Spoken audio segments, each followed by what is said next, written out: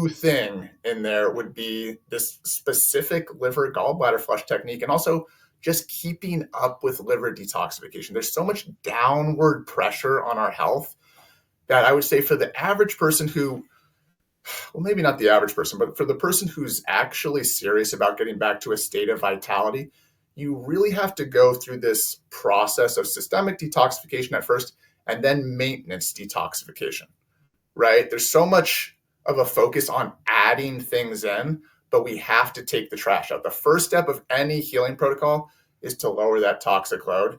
And I like that you had a guest on recently, I think it was Dr. Cohn.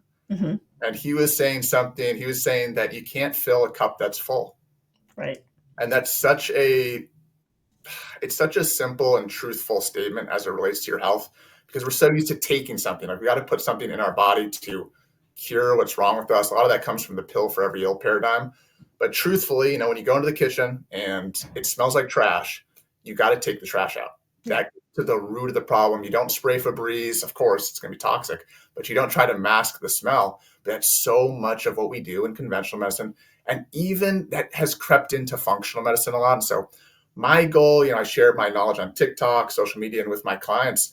I'm trying to go back to sort of the traditional belief systems around what causes disease. Holistic frameworks from Chinese medicine, Ayurvedic medicine, American naturopathy, European naturopathy. And they believed that, there was basically two causes. There's like low energy and toxemia. And everything else is the body's attempt to rid itself of this. Mm-hmm.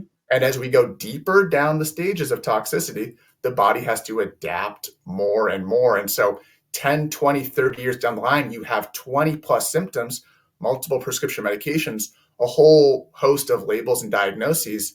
But the root cause, there is a simplicity in what's actually going at the root cause.